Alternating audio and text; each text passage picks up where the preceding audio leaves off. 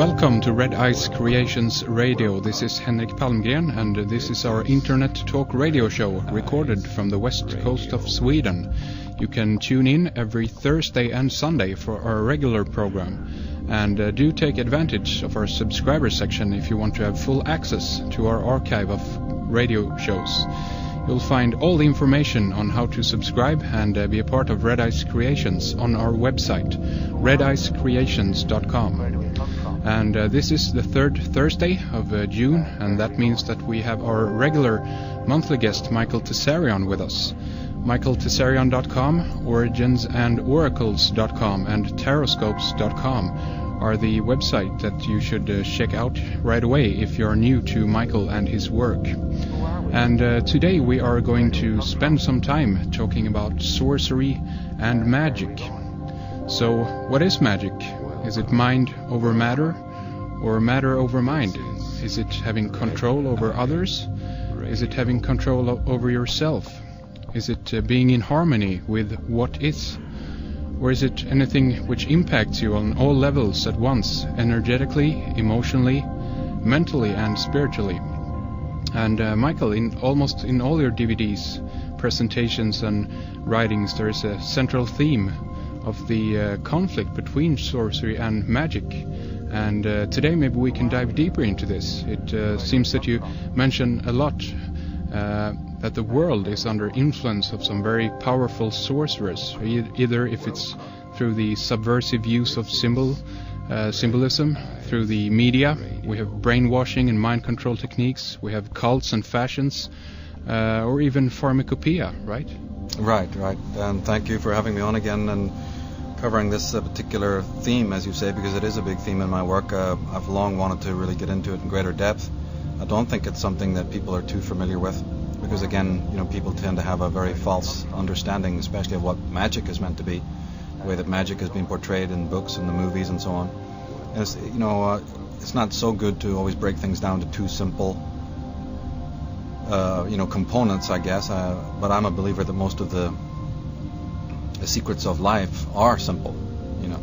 We know that politicians break things down simply, but that's because they don't want you to think. I do want people to think, but I think it's accurate to break things down into polar opposites in this way. Life has been described as a great game of chess, the conflicts that exist. And sorcery equals magic, or sorcery versus magic is my particular way of categorizing the world's problems. I've always seen it that way. I grew up, my mentors were people like George MacDonald, C.S. Lewis, J.R.R. Tolkien, who definitely helped me understand that you can divide the world into those categories, of sorcery. Of course, when I mean sorcery, I mean a perversion of magic, a perversion of natural operations of the universe. But we have to also connect it with what I've said so many times before, is that if there is such a thing, as sorcery in the world, we have to sort of understand not that it exists, but how did it come into existence? Why is it there? So in a way, this is about, we talked about this earlier, this is an expression, if we were to compare sorcery versus magic, or the differences between them.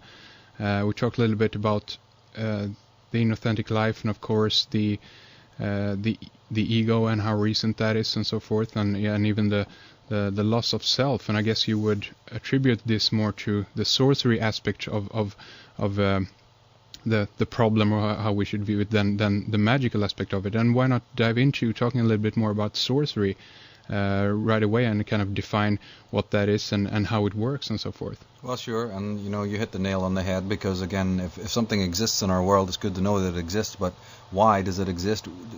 You have to be also under sorcery. Somebody can be manipulating you, but you also have to be susceptible to that manipulation.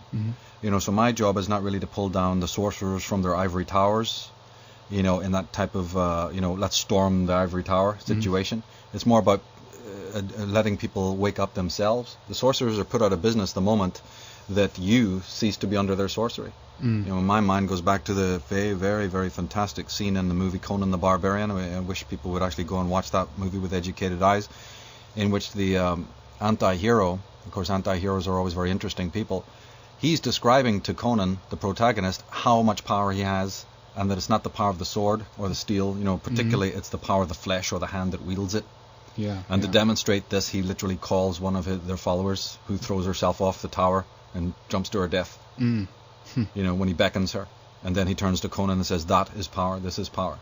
So, okay, if you're a self, well, you ain't going to be jumping from no high tower. You're going to go, "Hey, mate, go stuff yourself. You go and jump."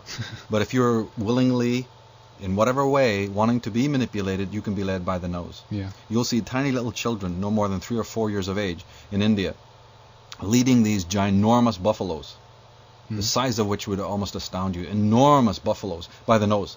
A little 3-year-old kid with a stick, can prod these along. You'll even see them prodding elephants along. So, the size of the human race.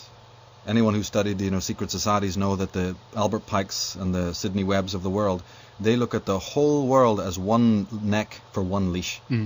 They're not, dissuaded by numbers.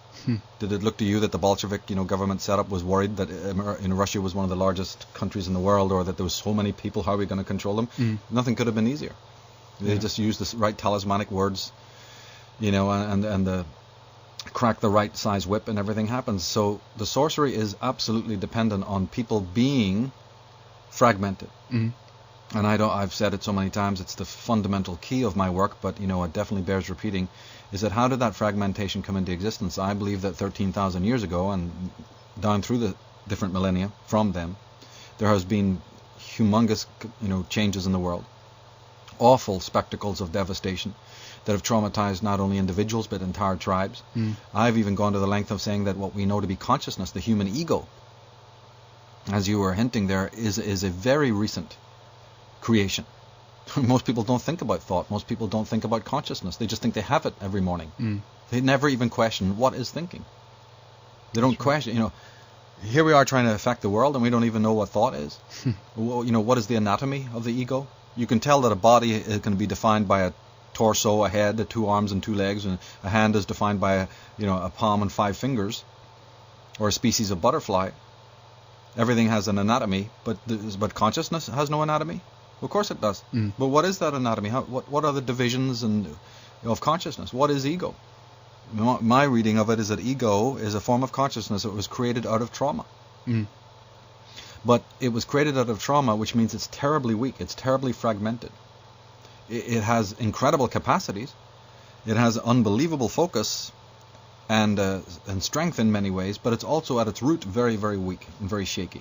And therefore, a shaky edifice, anything that has inherent impotency, can be controlled. Can be manipulated. Habitat can be influenced. An animal need not even know that its habitat is being influenced, but its behavior, its attitudes of life, its entire actions, waking actions, can be manipulated by the slow manipulation of its habitat outside its peripheral vision. A gorilla or ants or any kind of, we accept that this happens in life when it comes to animals. How come we don't accept? Will the human race ever wake up? I wish that the human race could just get as far to accept a simple premise, and that there is environmental ambient control taking place that you're not aware of. Teaching, instruction happens one-to-one, right? You're manipulated in school. Well, there's your teacher. You can see the teacher. The parents instruct you as to how to do this, that, and the other. That's one-to-one. The military boot camp major is going to tell you how it happens. What you're going to do. This is in-your-face control. Signposts in the street. But we've got to realize that there's this other kind of control. And the human race needs to wake up to realize that these subtle forms of control, and why they're also successful. So the weak ego, I believe, is, let's put it another way, the lack of selfhood. The lack of selfhood that has arisen is your responsibility. So yes, there's the responsibility of the sorcerer and those who think that they have the right to control your life. That's a huge problem in life. But I want to focus much more in my work on the fact that individuals are permitting this to happen by their, their own weakness, their inner split, their inner division. Their search for an external safety or an external a component in reality that is more structured in a way, maybe. The scaffolding. What happens to a rotten mansion when it's going to crumble down? You immediately got to prop it up. We've talked before about those famous Salvador Dali paintings in which you see these big, masks, the fleshy faces propped up on these little crutches, you know. Yeah. And we know that a person who's, you know, got problems with weak legs, you know, they'll put on the stabilizers and what have you. So man is itching psychologically for these stabilizers. That's what Dali was talking about, that man needs psychological braces. I want to take those braces off. You're not going to talk about any kind of social or constitutional freedom. You're not going to hammer it into existence legally or constitutionally if it's not inside a man internally. Yeah. So there's a need for it, also in a way. And there's the need for the scaffolding, for the you're talking. Is that what you mean? That there's a need for this bracing? Yeah, exactly. And also, you know, now the potential discovery of this, and also the removal of it. That when people feel insecure and so forth, that this is obviously a good thing, you know. But I want to see that insecurity. I'd much rather see the insecurity of a child who is learning the miracle of riding a bike when the stabilizers are taken off. As much trepidation and potential, you know, fear of danger.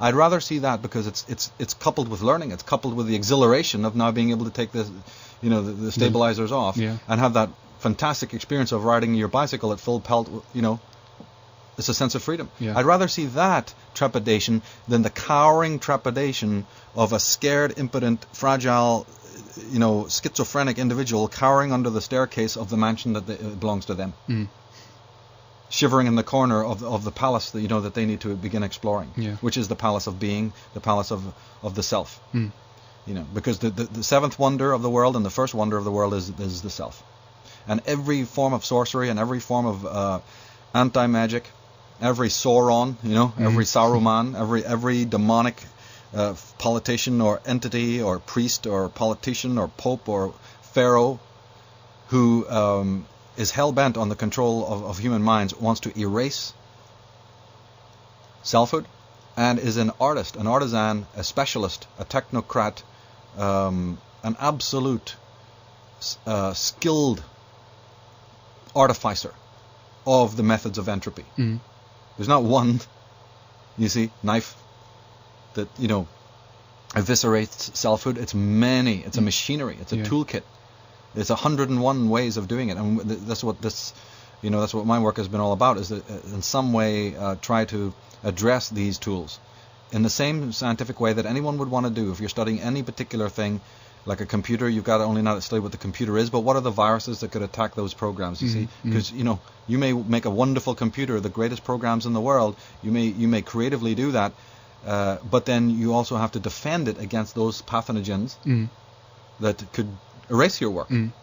So we have obviously, you know, a physical immune system and so forth, but there is also a psychological immune system, I guess. Then, and that's the most important one of all, and it's the least taken care of.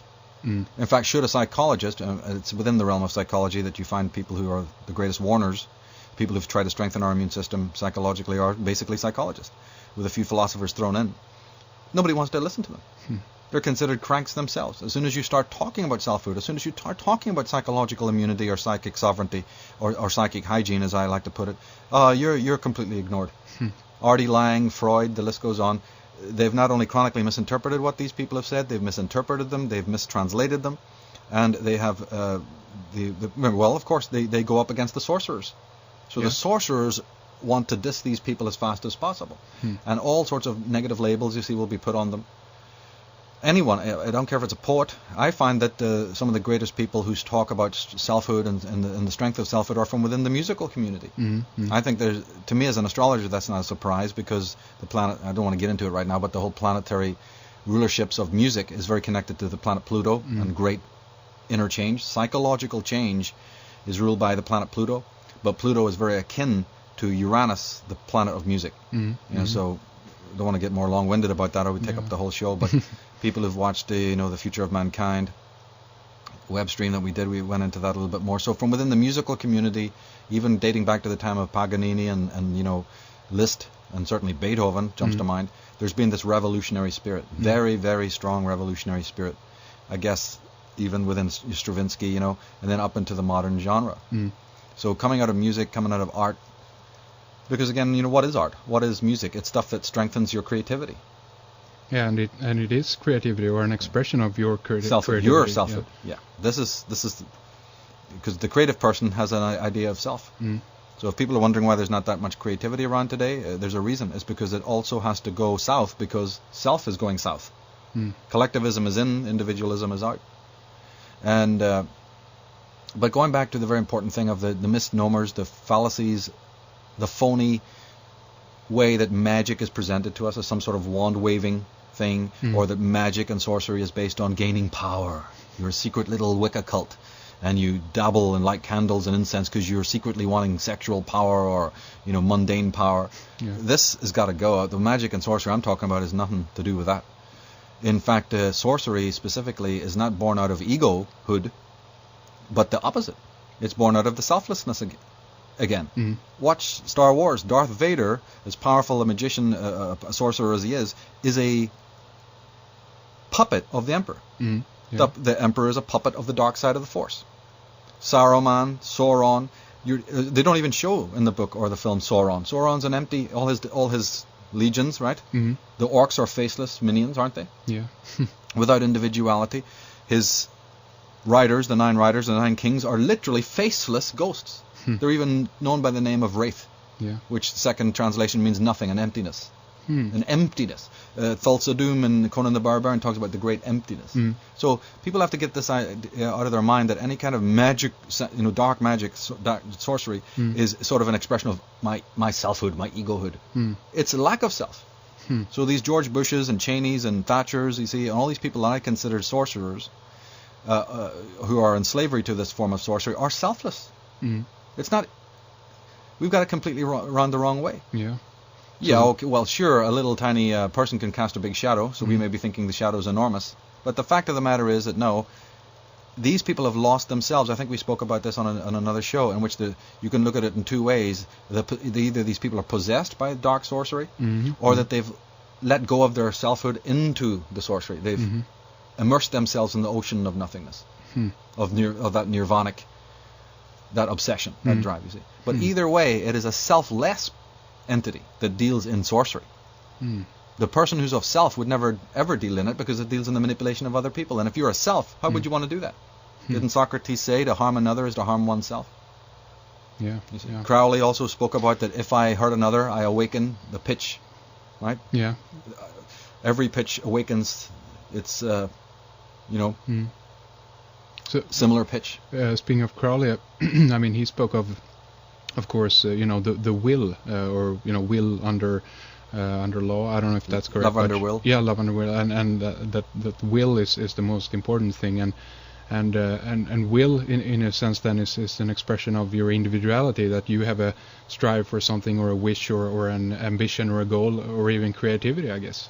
Well, he spoke of a Greek concept, thelema, which is the Greek for will, and it just turned out, if I can remember correctly, that in Greek, the word for will and the word for love, I think, equal the same in numerology. They equal the same number or something like that. So he found this link, and when he was talking about will, of course, the phrase you're thinking about is "do what thou wilt shall be the whole of the law." Yeah, that's right. Of course, yeah. That's what it was. The word for law and the word for will were the same, or something like that. The values. Okay. He was working with occult principles there, and what he basically realized was it's not your individual will that is separate from the universal order. Your will must be brought into harmony with the universal order. That's what thelema really means. It's balance. Okay. But you see, it wasn't some sort of hippie-ite will in which you just did whatever the hell you felt like. It was a will that was also overseen by virtue.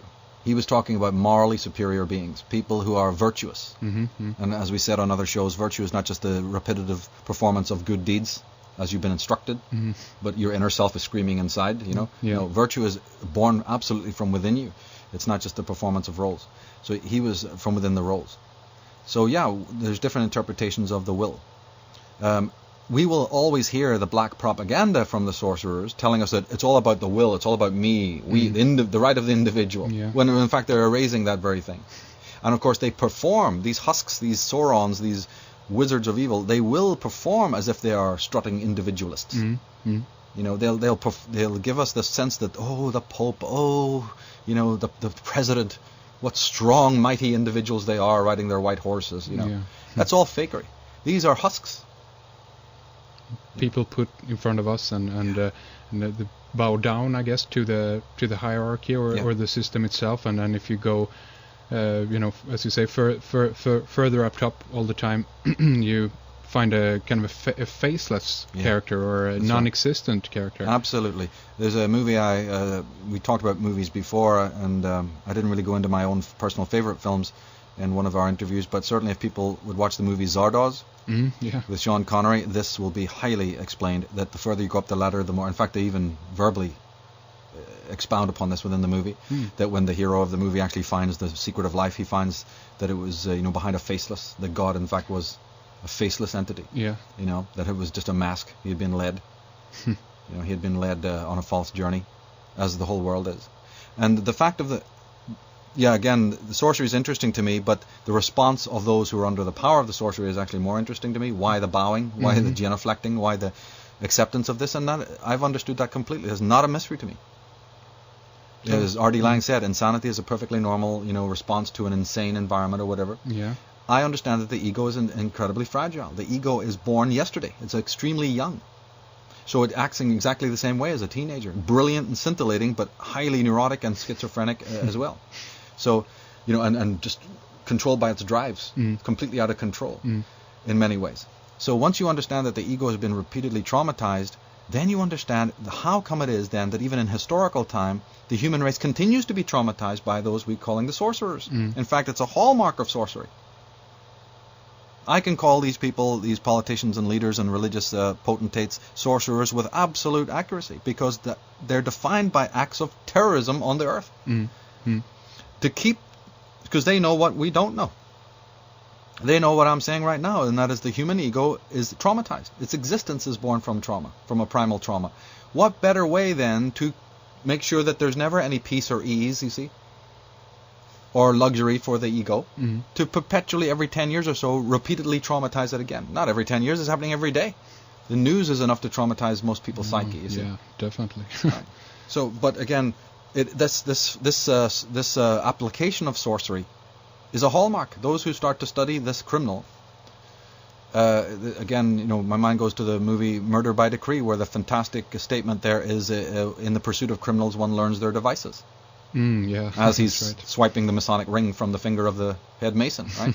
Very loaded statement there. But what he's really saying is that as you start to study the criminal, not just know that some sort of criminal exists out there, but to actually trail them, to start tracking them, to find out, like a hunter, how these people operate, what's their scent, what footmarks do they leave.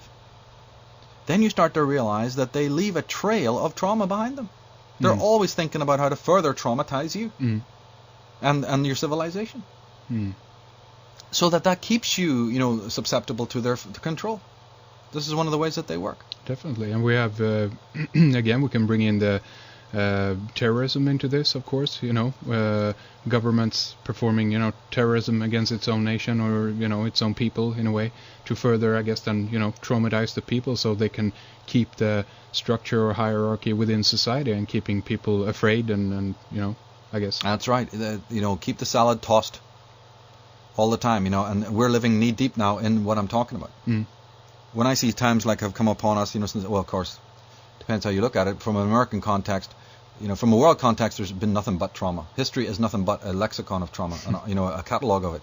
But the most recent one that people will kind of go, oh yeah, I recognize that, is the 9/11 thing, and that 9/11.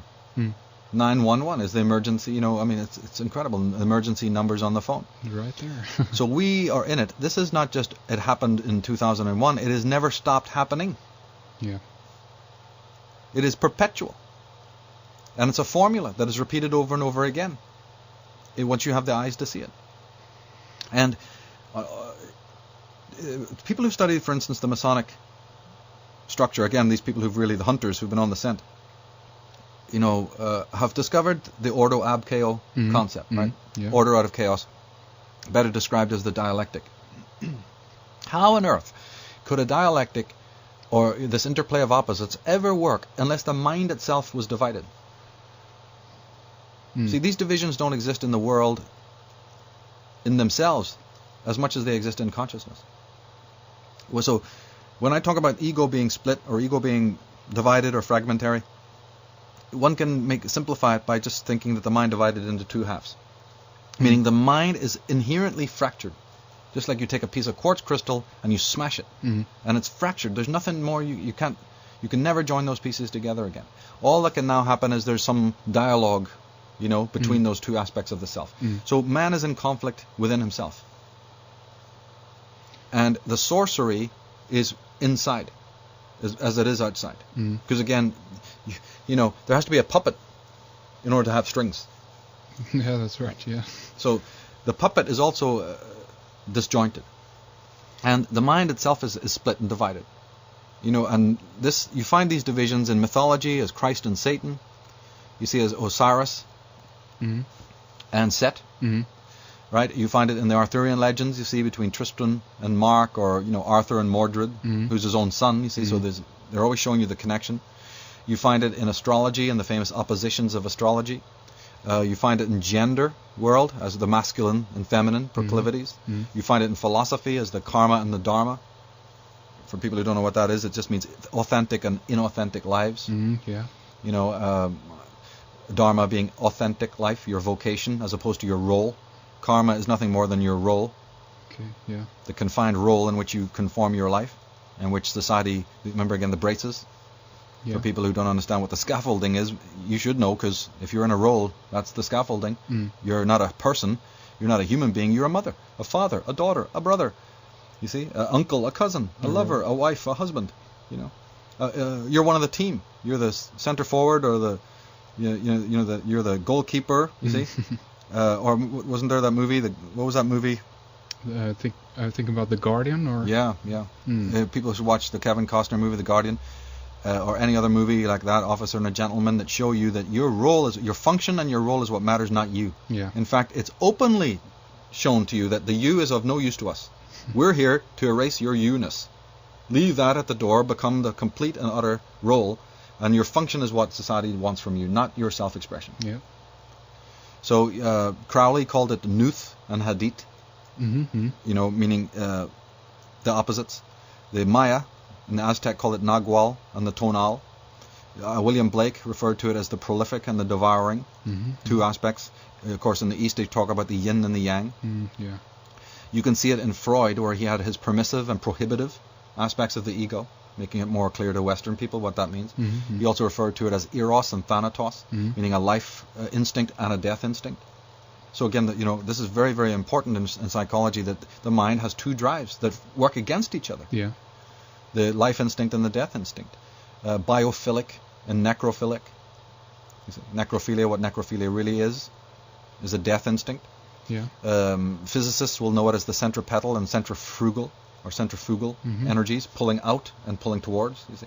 The atoms and the universe works in this way. In Buddhism, or not Buddhism, but Hinduism, they talk about the satyam, which is reality, and the satyam, which is unreality, two principles. You're starting to hear it now coming out of the probably New Age metaphysical world, where you have hierarchy versus holarchy. Yeah. It's not really from the New Age movement, it's actually from quantum science, where they really discovered that there's these two polarized worldviews. Yeah.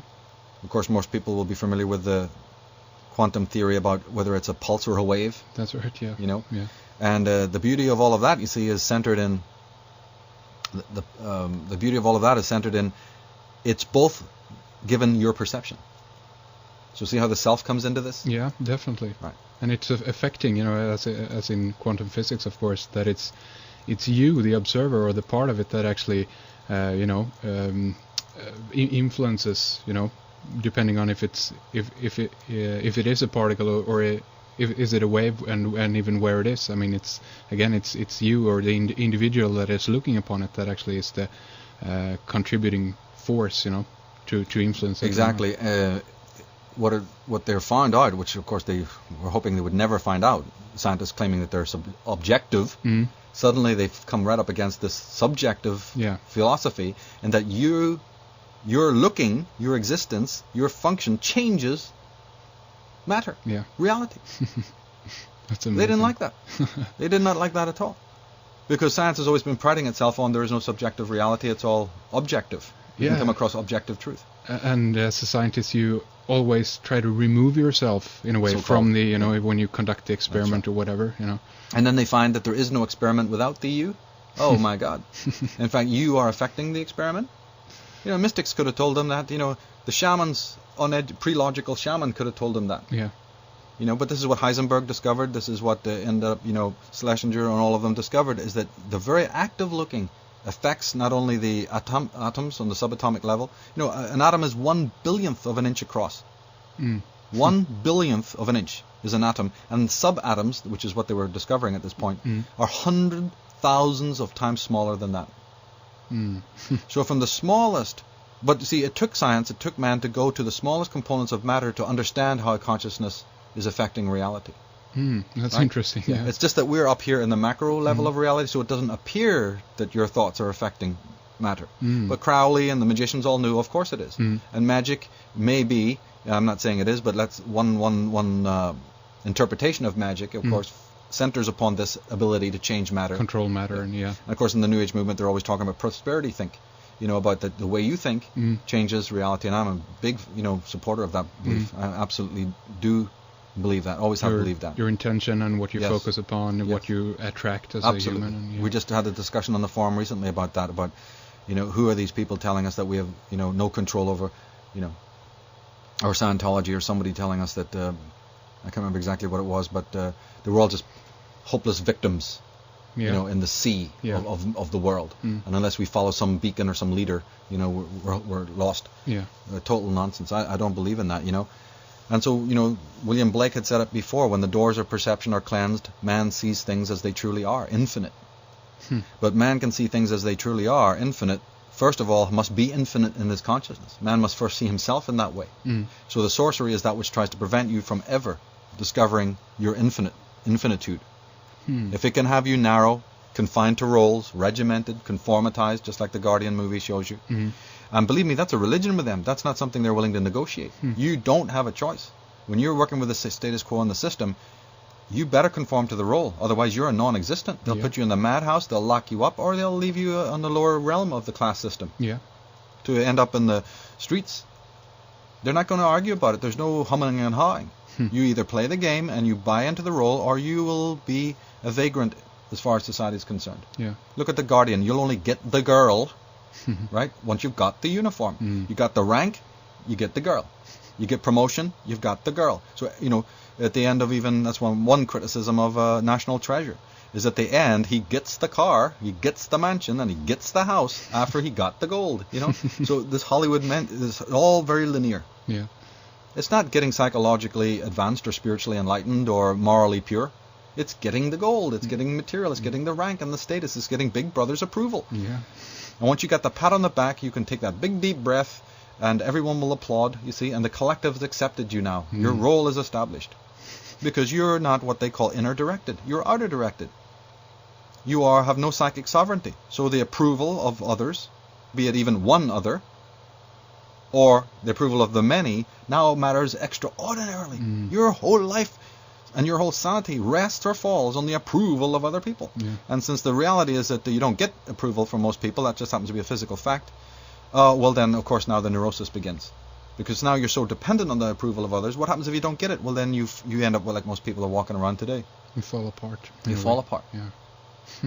Whereas Ayn Rand, you know, one of my mentors, would have responded to that by going, if you are a person who's already of merit, why do you need to be decorated? If you have done something for another that is what you wanted to do, and truly was of value in itself, you don't need their approval or their thanks.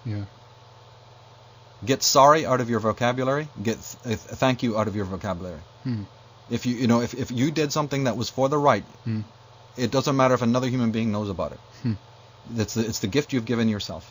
If they say thank you, that's absolutely fantastic. That's their right. But you're not psychologically dependent on them saying on receiving that. It's polite to say that in society, or to respond, of course.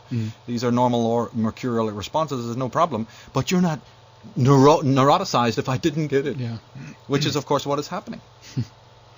So we have now got, this is all what we talked about in previous shows about the the inauthentic life. These are the trappings of the inauthentic life. Once you're confined to these roles, this is where you're going to be at. And like we said, the yin and the yang, the pulse and the wave. The Greeks talked about the logos and sophia. Mm-hmm.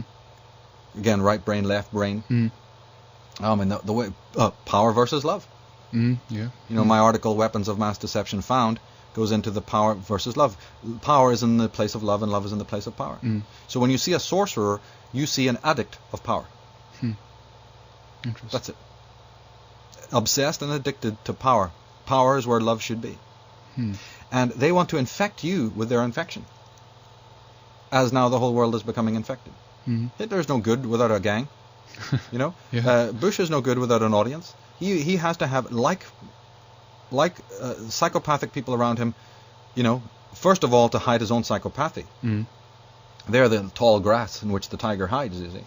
And believe me, if you can have a whole culture of psychopaths, right, all the better. Perfect. Right. Yeah. The orcs, have all the orcs. Then you can be as faceless as you feel like.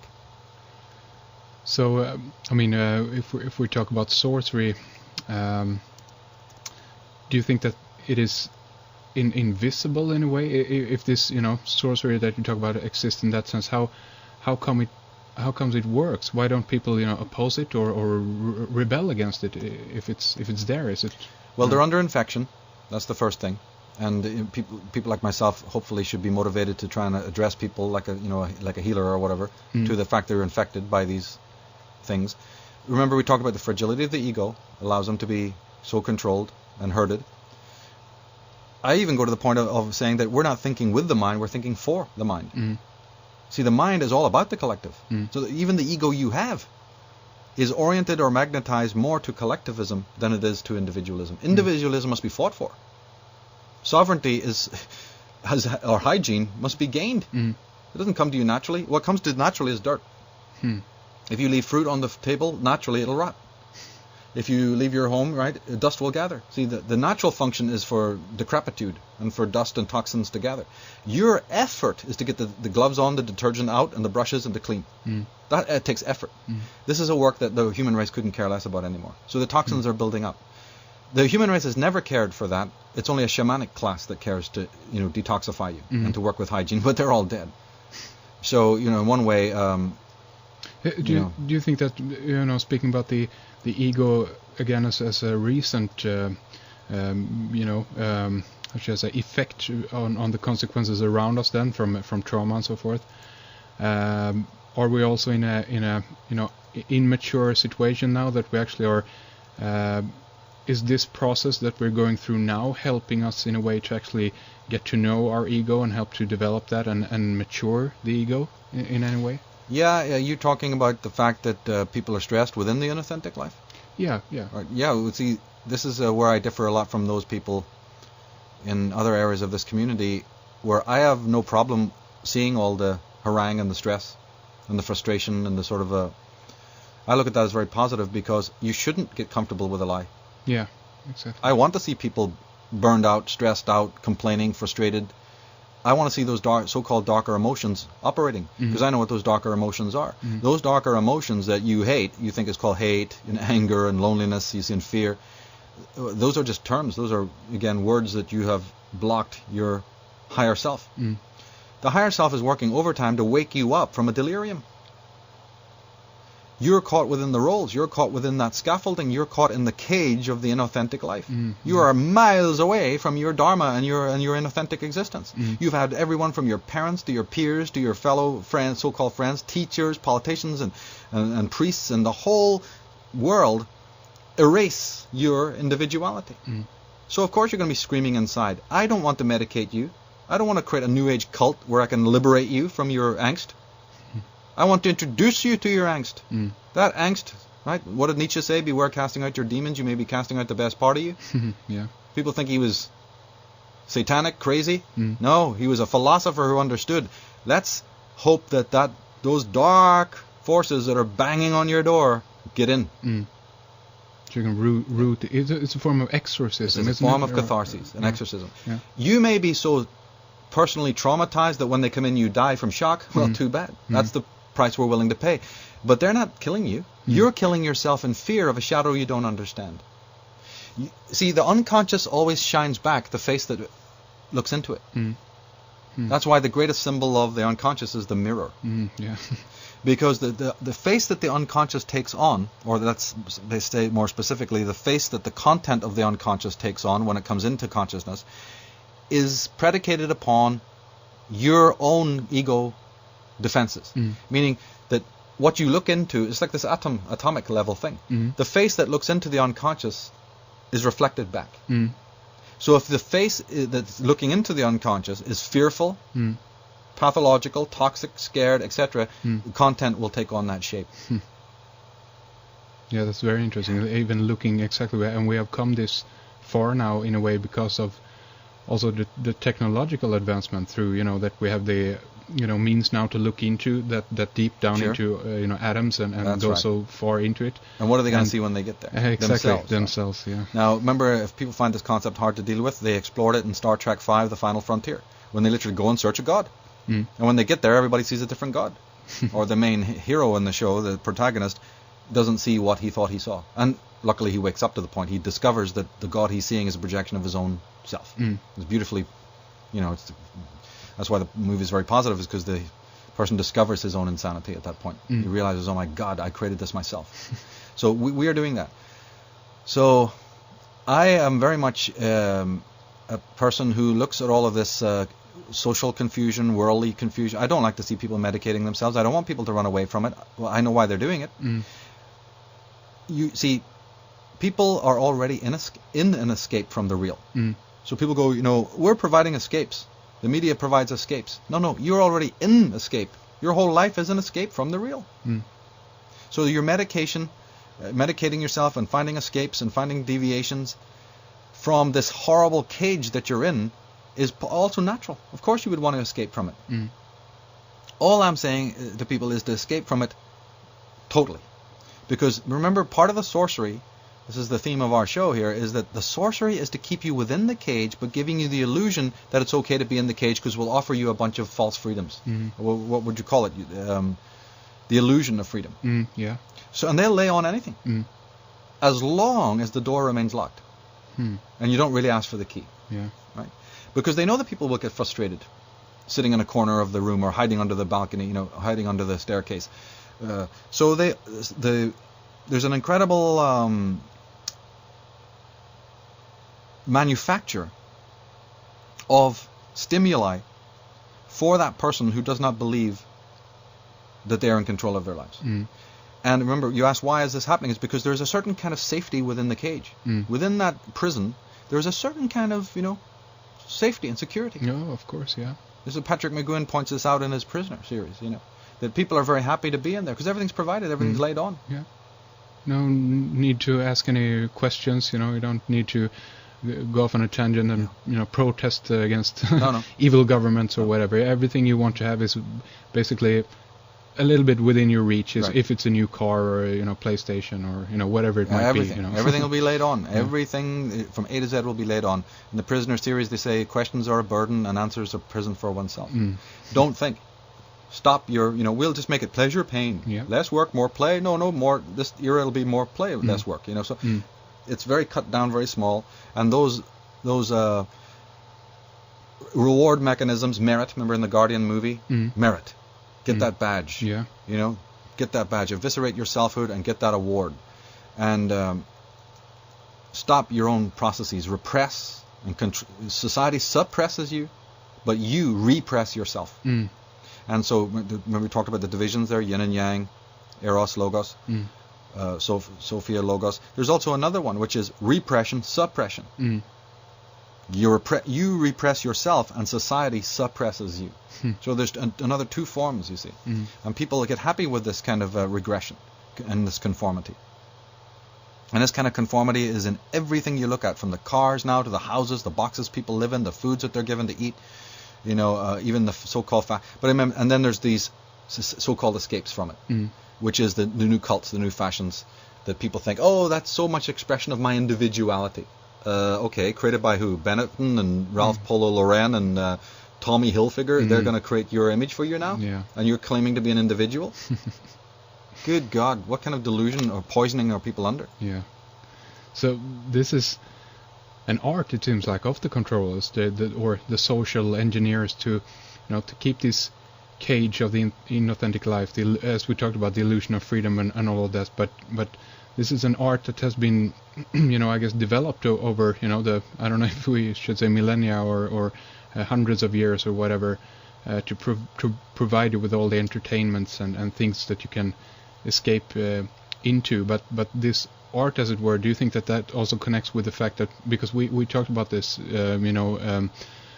about there is no need for the clamp down or the the total annihilation of the population, or a hands-on kind of we actually go to the lengths where you suppress the population through a military action or something like that, because we, in a way, I guess, we live in the perfect society for the controllers now, because everything is in place to keep the to sustain the way we live now, right? Yep. War on consciousness, perception control, perception management, opinion control. The real adroit war, and I'm not saying that people within the power hierarchy don't want to go out and just murder and kill. They've tried that in the past. But we're now in an era in which it's thought control. Yeah. It's consensus trance. It's perception management. So much more subtle, forms of control. This is the art. And you're talking, yes, this art of manipulation, this art of... See, the sorcerers have to not only create the cage, create the inauthentic life, they have to sustain it and prolong it. Creating it is one thing, but you create something, somebody else can take it down 5 minutes later. So it's much more than just creating inauthentic life and all these roles and all of this, this religious stuff and that's going on in the world. They have to maintain it and update it. This is a whole thing to be continually revamped and made. Expand it maybe into the areas that you potentially want to go into, or offer you, let's say that you have a need for something and a grassroots movement within society, right. And they can offer a counter solution to that, revamp, as you say. Inauthentic forms of freedom. We're talking about inauthentic life. We're talking about the cage of the inauthentic person. Well, can't they then invent an inauthentic version of freedom? Yeah, definitely. It's so easy. I mean, people who've checked out the work of Edward Bernays, and the whole manufacturing of consent and the engineering of consent and how you take people's inner desires, you see, and manipulate those. Because remember, if there, I've always said it from day one, if you find that there is something impeding a man's spiritual progress, it is often not his own desire that's the problem. There's obstacles in his way. You got to remove those obstacles. You don't have the choice to re-hardwire the person. You can't instill what's not there. But you do have the right to remove the obstacles on the path in front of that person, or at least make them aware of those obstacles. But there's people who are putting obstacles in the way. They're creating this whole artifice, which is extremely elaborate. If people can just understand that, it's very, very elaborate. And luckily, people I relate with, that talk on the forum or come to my talks, they are starting to become very aware of just how elaborate this sustenance and maintenance of the lie is. It's very, very, ambient. It takes many forms. So how about other forms of? We mentioned this a little bit earlier. We have New Age movements, we have yoga, all kinds of religions, things to dive into. I guess that's maybe not as alternatives, but as more escapism, I guess. Yeah, well, once you've got this Frankensteinian desire to enlarge the prison and create all these wonderful new features, more inauthentic forms to maintain and sustain this life of the roles coming, then of course, and I'm a believer, you see, that a great deal of the New Ageism, I can hardly be a critic of religion and then leave out the New Age movement. So to me, the New Age movement and certainly Orthodox religion are all part of this. They know that man is searching for meaning, so they create religion to falsely pretend to be giving you that. The New Age movement is part of this, that again, man's craving to have a little bit more diversity, to know himself more. Oh yeah, so the non-self now desires to discover, see, you're in the role. You haven't budged from the role.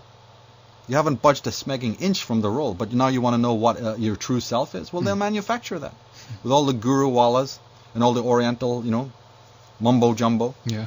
and with again elements of truth. Of course, Elements of truth, you know, little spattering of truth here, a little bit of there. It's a 70-30. And then you have this whole Dr. Strangelove, you know, concoction, which is the perfect creation. And I definitely even put yoga into that. I don't see anything healthy in any of that except what I would call is known as hatha yoga, which is sort of like exercises for the body. I'm okay with that, you know, a form of yoga. But I believe that yoga is really technology of the ego. Remember we talked about the fragility of the ego? So the ego is always setting about trying to find some real way of cementing its own nature. The ego is in a million pieces. So one of its primal drives is to cement itself together. It happens in the dark behind our perception, but the ego is ever looking for that perfect cement to rebuild itself. It knows it's in pieces and it wants to get whole again. So what we know as Eastern mysticism, yoga, and I'm mentioning this very clearly because it's not the same as magic, which we're going to talk about later. Restructuring the ego, the fragmented ego, is not the role of magic. Right? It's another form of sorcery. It's another form of technology where something that is broken is now trying to be unbroken. But it doesn't question why it was broken in the first place. So yoga is a sort of super highway or super way of it's like weight training for the mind. Yoga is God, you know, we're weak, we're impotent, let's pump that muscle. Let's get into shape. So it's super toning, you know. That's what yoga is in its lower form. It's a technology of the ego. And in fact, I have a great quote from Mircea Eliade, who was one of the greatest commenters. He was like the Joseph Campbell before the Joseph Campbell. If people haven't heard of Mircea Eliade, they certainly need to. And in his wonderful books, he wrote this. He said, "The childish yogis can never find out their true natures. One has no need of tantra or mantra or of the images of the dharanis." These are the inner images that come in front of people when they're meditating. All these are causes of confusion, he says. In vain does one try to attain moksha. Moksha means going beyond good and evil, transcending opposites. And we've just been talking about all the opposites. Well, the Indian word for going beyond opposites is moksha, a state in which you're beyond opposites. But he's saying in vain does one try to attain moksha by meditation. All are hypnotized by the system of these jhanas, these meditations. But none cares to realize his own self. So he's saying that, you know, it's another distraction. It's another, sit within your prison, but sit cross-legged and try to develop an inner world, you know, all this kind of thing. Jung said the same thing. All of the yogic techniques invite one and all the same gesture, to do exactly the opposite of what human nature forces one to do. I really want people to meditate on that. Jung is saying that yogic techniques invite you to do exactly the opposite of what human nature forces you to do. That's interesting. But man will buy into that, because as William Barrett said, as long as we remain in the womb of this externalized and public existence, meaning the roles, we are spared the terror and the dignity of becoming a self. So we are in the authentic world because we're running from selfhood. We don't want anything to do with selfhood. And therefore we'll buy into any other stimuli. So and these sorcerers, these puppeteers, puppet masters, are very much dreaming up new stimuli, because you are a person who's waiting for life to turn you on. And they're just willing to offer you those things that will turn you on. So you become mechanical, not a self, but an ego-based machine. This is what the problem is. Striving for the oneness that we talked about into, you know, externally. Yeah. In some external way, or in some sort of a lower ego way. The ego wants a certain kind of wholeness, yes, because it's fragmented. But that's not the same thing as selfhood. That's just rebuilding what was broken. You know. So, what about Al Gore and the global warming cult? Another aspect faction to all of this. This is a perfect example of what I'm talking about. This, because I've always said that most things, you know, within the New Age movement is a fashion. You know, sort of. I remember in one previous show we were talking about what is not a fashion. Well, here we are knee deep in another fashion, which is highly an act of sorcery. What's going on with this Al Gore thing is a very, very skillful form of sorcery. You have the father figure, that's the head magician, the head Sauron up there, right, waving his little, you know, wand, and showing you how the Earth is in terrible, terrible, you know, upheaval because of global warming. Something's heating up, you know. The world external to you is heating up. It's in terrible danger. This is offsetting what really needs to be done in this world right now, which is psychological change. People need to be doing what I'm talking about, which is looking at themselves, looking at their so-called darker emotions, and realizing that there's a great angst within, and letting that angst teach them, not running away from their pain and their sorrow and their angst, not medicating out of existence, but letting it speak to them as a voice, inviting it in, making friends with it. This is the true psychological development, so that they can gain a healthy inner dialogue. It's not the outer earth that's heating up, it's the inner world. In my work on Pluto and the Holy Spirit, we are in a state now where we need to make vast inner transformations. Moving the bloody furniture on the Titanic isn't going to help.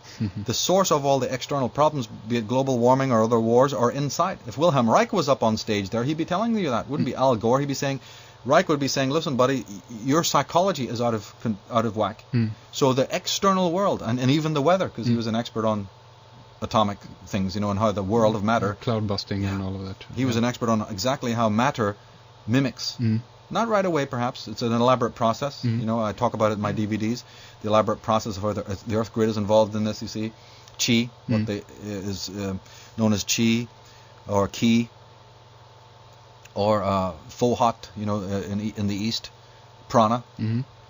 What we only know as energy, but there's earth energies, you see. So the process by which consciousness changes matter is an elaborate one, involving the dodecahedron, the earth grid, involving feng shui, geomancy. We can't get into all of this right now, but there's an elaborate process in which the world is a bigger brain. Once upon a time, our unconscious mind and the world were connected, and it still is connected on a subconscious level. So man's toxicity, man's inner landscape, his inner climate, his inner republic is in total disarray. The storms of violence and the upheavals and the changes that are coming, that a lot of people who don't know, haven't done their homework, believe are external in nature, are actually internal. There's tidal waves and tsunamis within, in your emotional, moral, landscape. So what do the sorcerers do? The last thing they want is for you to start taking responsibility over your inner landscape. They don't want you to have a self.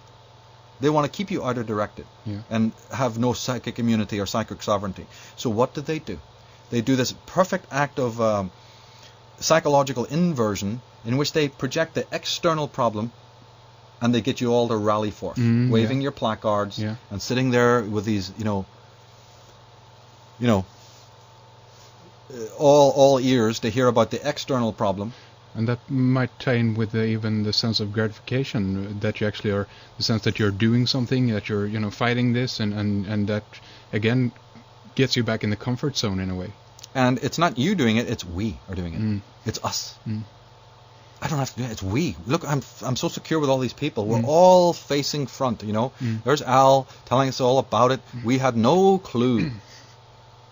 And we need Deepak Chopra, and we need Al Gore, and we need to get on this other bandwagon. There's a cult in the form, yet they're going to tell you that some little, weird voodoo cult down there is all evil, down in the dark places of the world, right?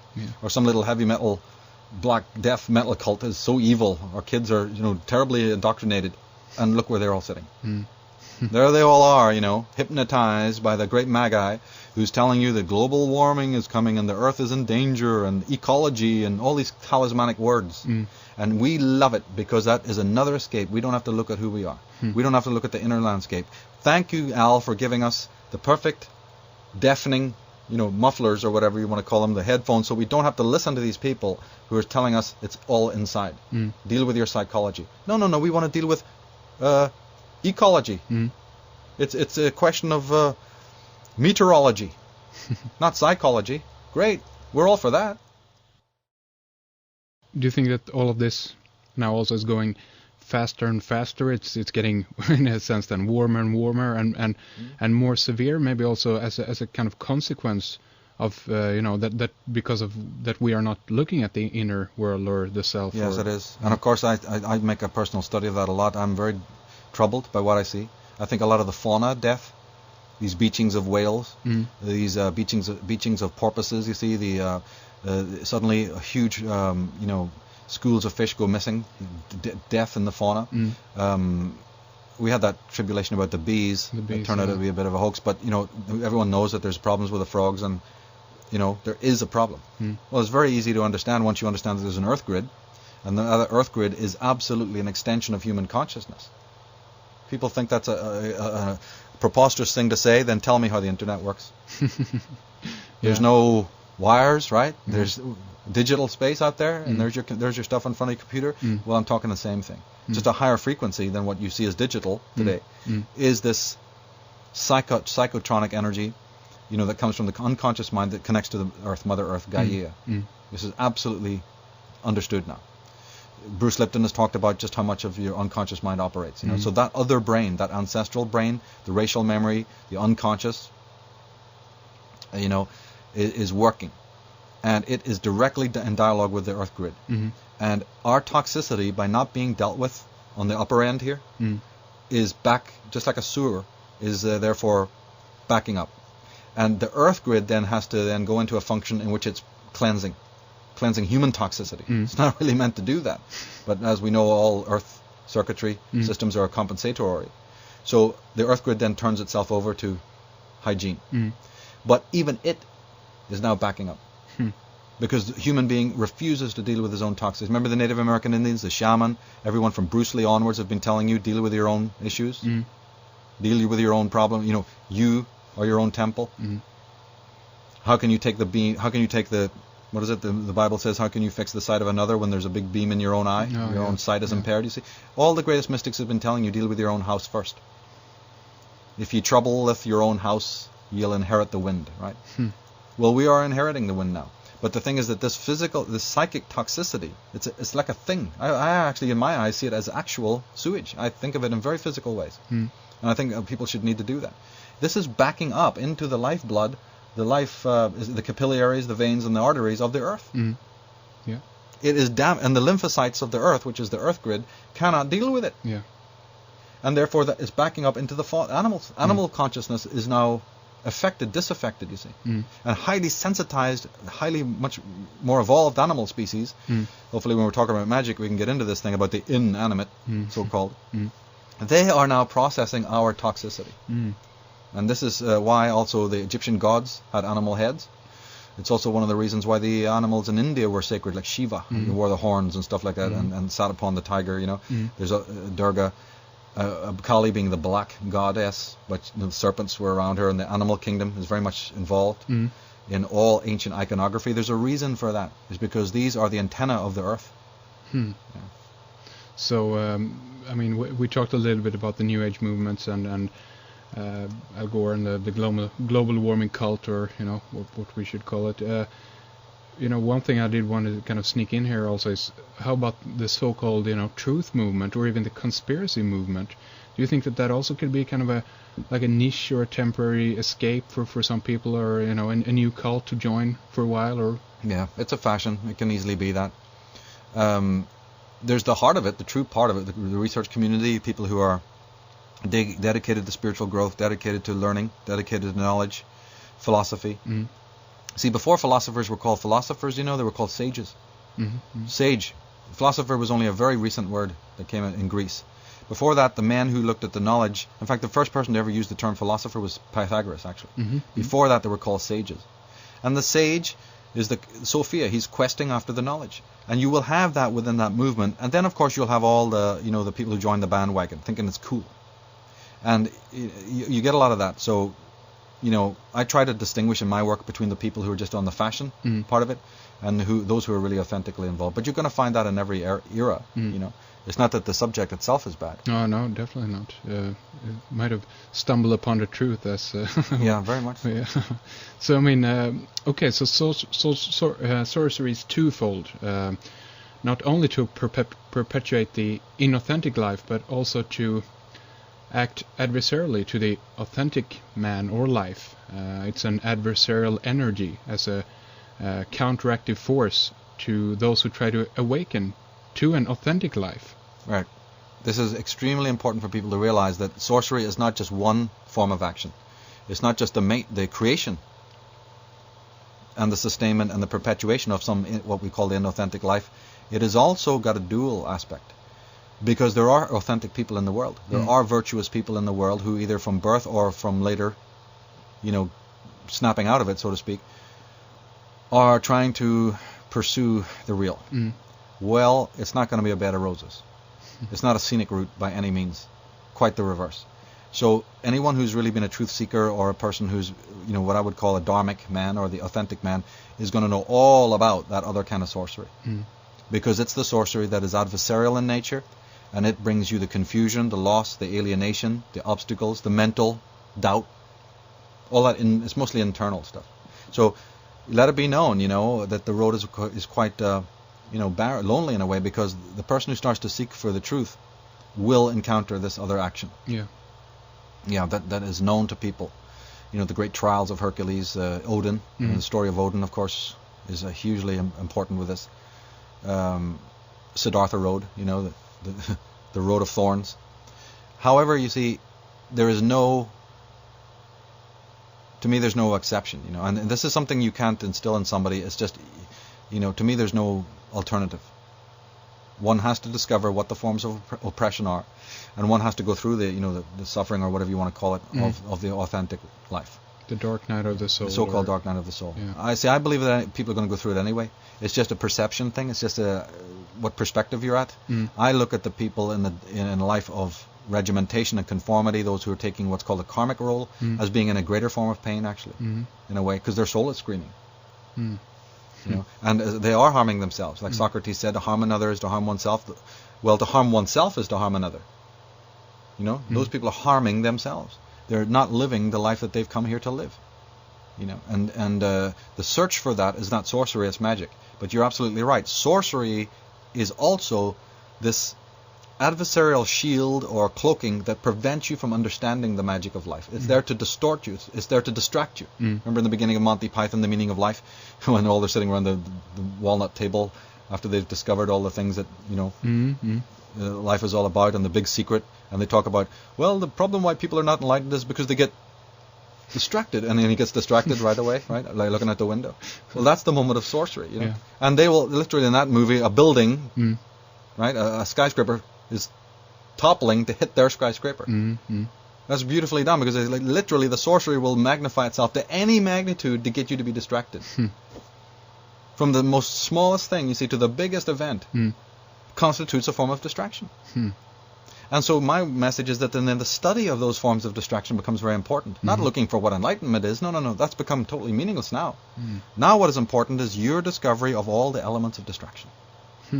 That's the truly creative, mind that starts to discover, okay, there's adversarial action. How does it work? And the things that you're traumatized by or feel like a phobia or something, they will grow and become, larger and larger as because if you don't understand that they're operating on you from outside. If you think they're auto-generated, then of course you're caught in them forever, thinking it's my problem, my this, my that. When you realize that these things are, built into the universe, that they're there to impede you, then you change your perspective and you start looking at them more as a detective, and they lose power over you. But that's another huge sort of investigation as to this. I just want to mention for now that there are these two forms of sorcery. There's many forms of sorcery, but the two main ones is that the manufacture of the inauthentic life, now that you've chosen that, and the resistance factor to those who are trying to escape from the inauthentic life. All those things that might hold you back from progress. And I see it a lot. I see people complaining all the time, I can't do it, it's too much, I suffer too much. There's too much alienation, I feel there's too much loss in my life. Where's this going? And people are very interested in, look, is this worth it? Yeah. Can I gain something from it? Or, So I say, well, why are you concerned about that now? There's sorcery happening now, see? If you're doing it for its truth, you don't question, is it going to work out tomorrow? The question is, are you doing it for the real motive right now? Does it feel good now? Is this something you really want to do? And if it's not, have the courage to go back to the other way. Nobody's judging you, If you can't manage it, that's fine, then you give up.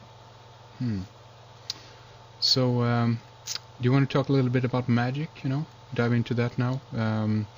About true magic and what it might be, and in opposite to sorcery, and how people can, discover the magic in their own lives and so forth. Yeah, well, see, basically sorcery, it's not really that easy to define magic. That's why we have to mostly define what sorcery is. What is anti-magic? Because, and again, remember, we're up against a huge wall of what people think magic is, which is mostly phony rubbish, put there by the media and see storybooks. Again, the wand waving, you know, enhancing your ego, you know, and all of that. That's not what it is at all. But sorcery, let's just recap it, is anything that interferes or distorts the true and natural action of anything. We're talking about human progress here. You know, that which gets in the way or disaffects anything natural. So you have something that's happening naturally, which is man's growth, his evolution, his development, his free thinking, his discovery of himself and the world. Well, we'll be talking about all the things that get in the way of that. That's sorcery. Sorcery is that which interferes or distorts the true and natural organic action of anything, right, from outside. Something that perverts natural function. And we are living in a world of that. But we have perceived that, you know, magic is often the working of one mind or a mind over other minds. No, that's not magic, that's sorcery. When one mind is trying to, you know, operate over another mind, because people say mind over matter, like you read in the beginning, or mind over mind. Well, that's what these sorcerers are doing. They are trying to operate mentally over you. And if you give them the right to do that, then you will be the you know, disciple or apostle of sorcery, as they are. It's the as we said, the creation. It's the maintenance of what we see all around us. But you see,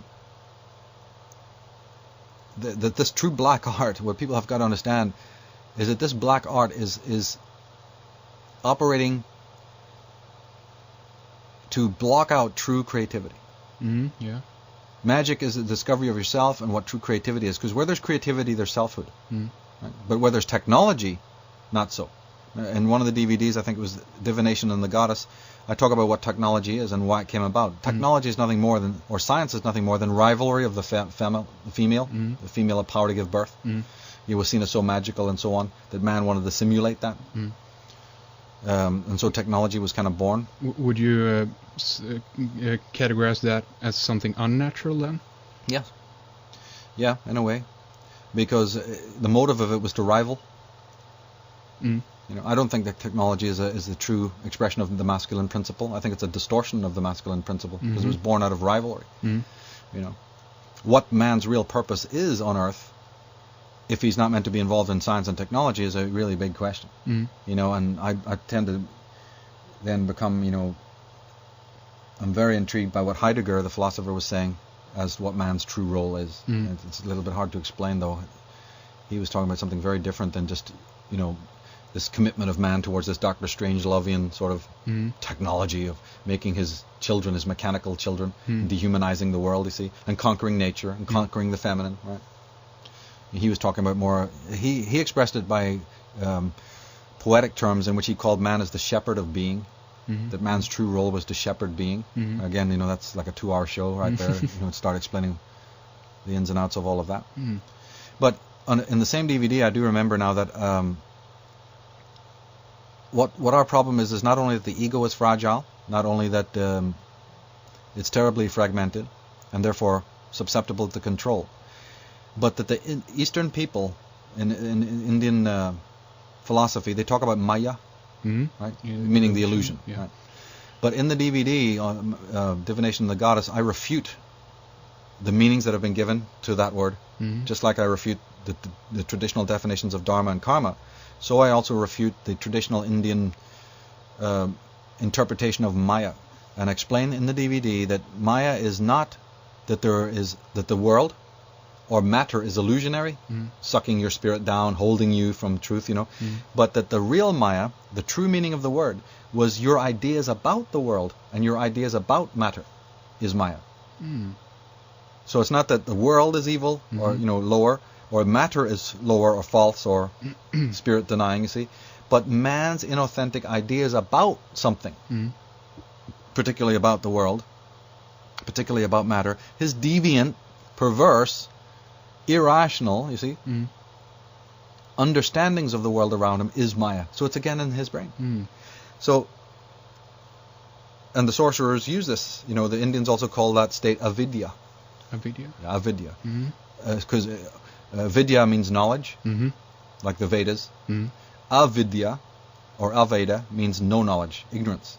Okay, yeah. So ignorance, according to the true interpretation of in Eastern mysticism, is that avidya, or karma, is created from a false understanding of the world around you, or of yourself. I've talked about it in other programs with you, about the idea we have of reality as opposed to what reality is itself. That's avidya. So if there is any action of magic at all, if magic has a physical application, then it is to remove that avidya and to get rid of those false understandings about the world. William Blake referred to it as mind-forged manacles. We've got manacles on the mind. Or, you know, like he said, our perception is not infinite. So we could say, to tie this back to the sorcery in the media, for instance, because that in a sense is about creating this false image of the world and just focusing on, you know, all the problems that we see out there, and this, you know, a lot of people, you know, they get their version of reality through the TV, so they look upon that and say, oh my God, the world is, you know, collapsing, it's falling apart, everything is, you know, bad, it's gone. You're being down. traumatized. Yeah. And you're being offered a new, inauthentic model of reality. This is where the media is, you know, two aspects of the media. We talked about two aspects of sorcery, but the media has two-pronged attack as well. One is to traumatize you so that your own inner republic is in complete ruins. They love that. Look around at the teenagers today. Do you see anything that's not in ruins? And the second prong attack is, now we're going to manufacture for you the model of reality that we want you to have. Okay, right? So now they've got this shit that you see on, you know, television every day, every morning. So they've traumatized and eviscerated your own natural imaginative quality, your scent of yourself, your awareness of yourself, and they're going to replace it with this hologram, this phantasmagoria that they cough up, they spew up, and everybody's into it. 5 minutes later, the commercial's on, you know, this is the new car, the new entertainment, the new look, movie, or you know, the new hero, you know, the new hero up the pop charts, as you know, Paul Simon has declared it. So this is their pronged attacks, and that's a form of sorcery. And remember, they don't mind also offering you what looks like a very hygienic reality. Remember, you'll see yoga poses. You know, I've gone into this in my DVD on the subversive use of symbolism. They'll sure sell you subliminally. How many advertisements you see with halos of light and crucifixes and crosses and androgyny, right? And sacred animals, and you'll see all sorts of Christian imagery in the you know, the commercials, and people sitting in yoga poses with these sublime looks on their faces. You know, we'll remove you from your depression. We're going to create a world of smiling depressives. This is going to be a dictatorship without tears. We got a perfect world for you. Here's pills. Here's everything is at your fingertips that you could want. And there we are with James, you know, our James Bond perfect, you know, little roulette wheel reality. It's all conjured up by those, you know, witch doctors, sorcerers, and people are into it. That's it. They're not. They become cynical, not critical. I want people to be as critical as hell. I want them to be totally judgmental. I want them to use that reason. I want, you know, like Anthony Robbins says, pump it. I'll advocate that. Pump it till it hurts. Yeah, your reason, your critical ability, your judgment. But what's happening is that the media is turning that off. It's turning it down. Oh, don't criticize. Don't. Oh, no. That's too much trouble. So all these abilities you see are being weeded out. They're being slowly suppressed by schools and by the media. And these are mind-forged manacles around people's minds to make them narrower and narrower. And there's nothing on this earth more narrow-minded than the average teenager. And yet they're running around thinking they're the most open-minded people because they can wear, green army jackets and, camouflage pants and ride a skateboard, and be into all sorts of kinds of music. There's nothing more narrow-minded on the face of the earth than the average teenager. You don't see 40, 50-year-olds going spray canning, beautiful neighborhoods and leaving their garbage around everywhere, So this is, again, another one of the illusions that we have. You can't get through to most people. Because they're into what the media has provided. They're already overstimulated with all that rubbish and the nonsense and the fake forms of authenticity sold to them as reality. Look at the punk movement. These leaders of the punk movement are all sitting in Beverly Hills in big mansions. Billy Idol and, Johnny Rotten, all living it up. Multi-millionaires, right, living up the world. And then 5 minutes before that, they're like, wearing the communist, their anarchist T-shirts and all of this stuff. We're against. Oh yeah. Yeah. If people haven't woken up, right, Geldof and Bono. Oh my God, total examples of that. Yeah. Sickening, getting down on their knees in front of the royals. Don't even start talking to me about that.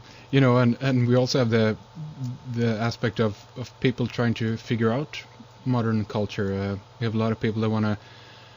The modern culture in itself is a mystery, and what's in, what's hot, what's not. You know, and you want to try to stay azure with that. You want to try to figure it out. What should you wear? What, you know, all these problems within the fashion or you know, the conventional society itself.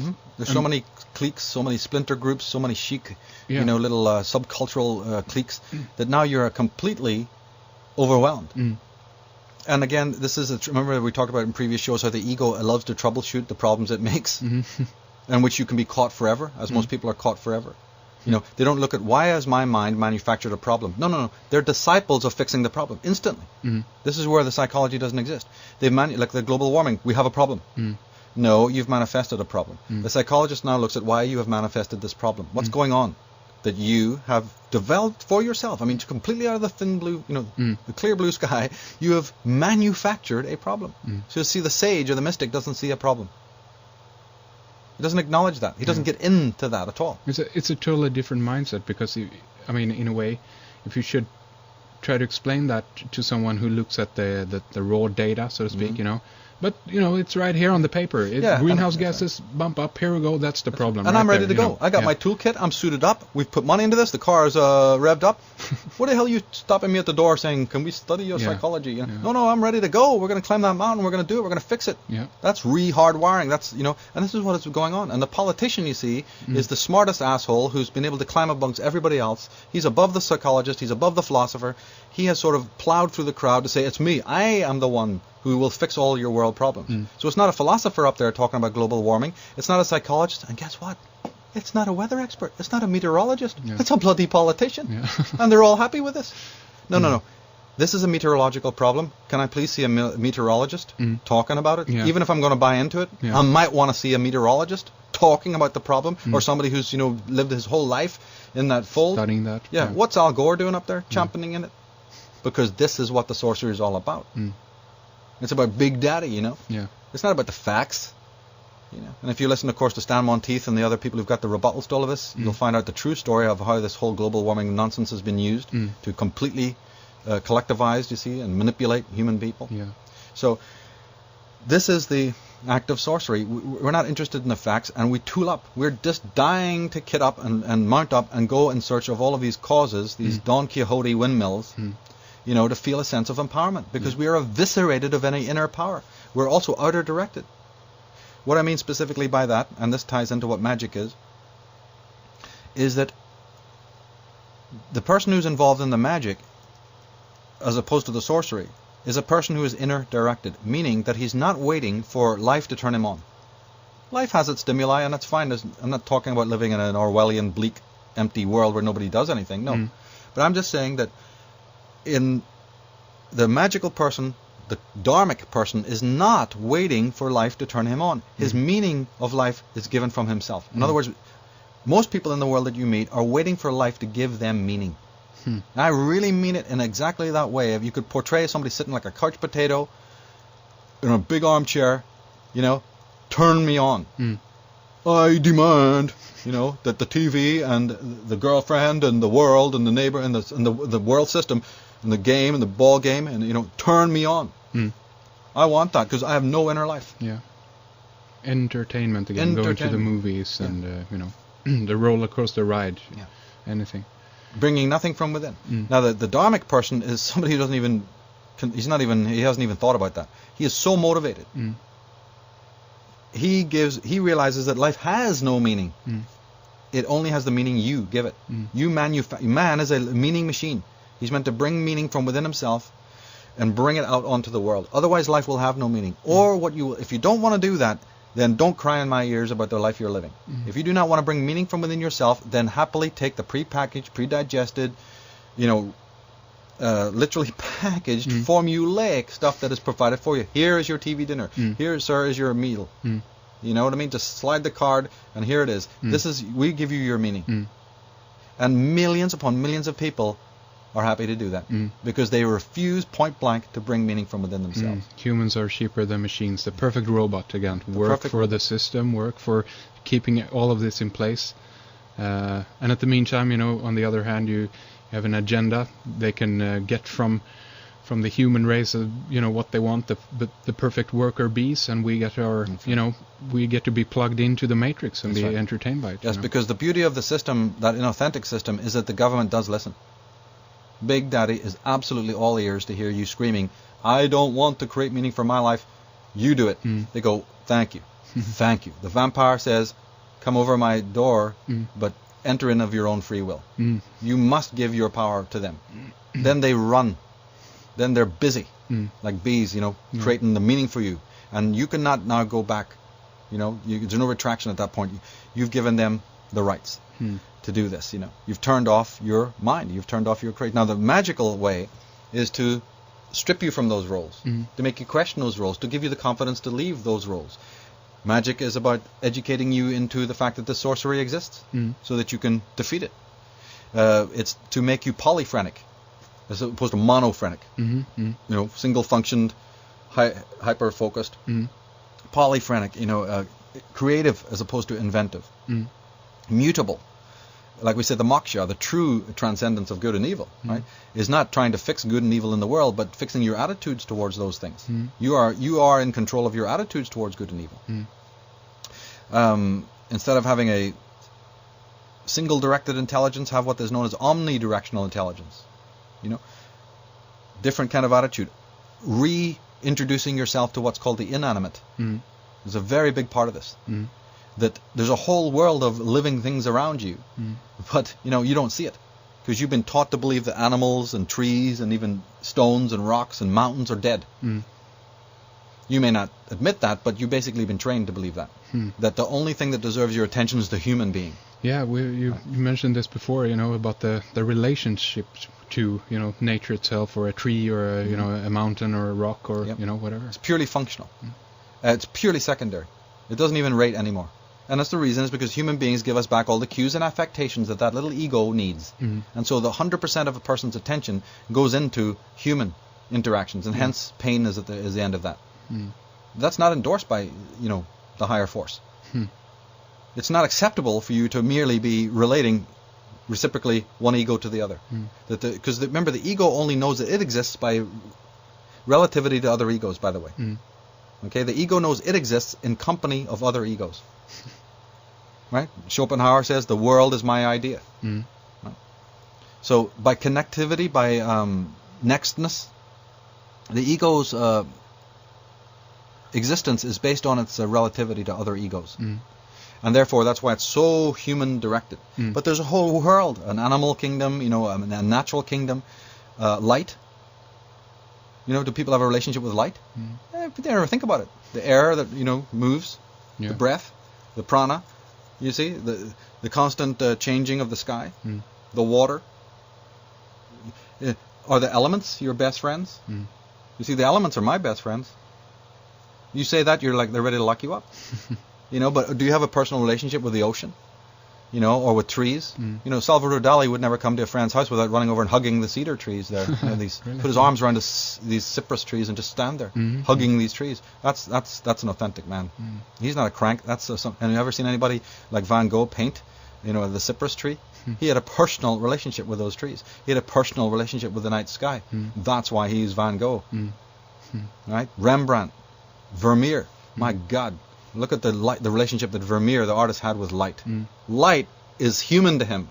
Right? Light is a thing. It's a teacher. It's a mentor. It's a god. Did you know that in the pagan times, in the Celtic times, trees were gods? Please understand this. Trees were gods.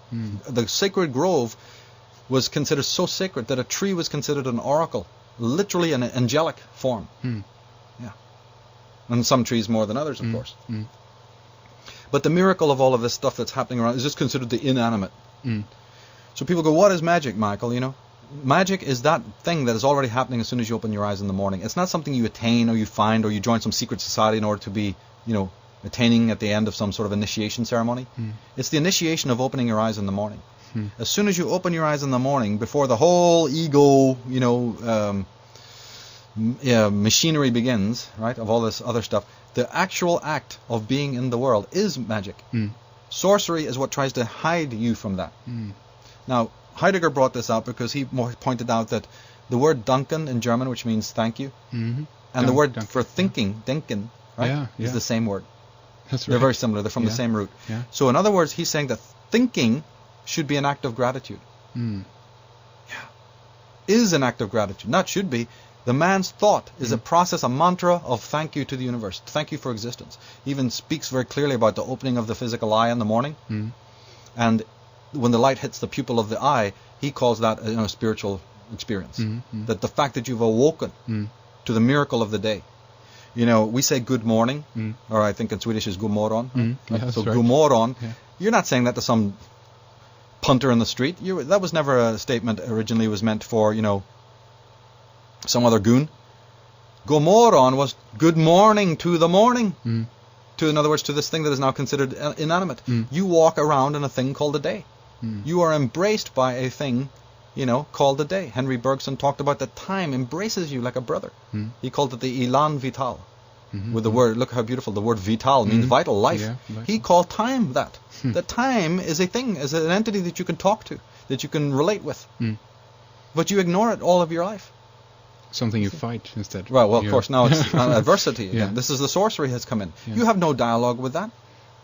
So this is where the fragmentation, aloneness, alienation is, because you are self-alienated, because you put your entire psychic focus into other equally depressed, equally lost, equally fragmented, equally existentially, you see, lost individuals.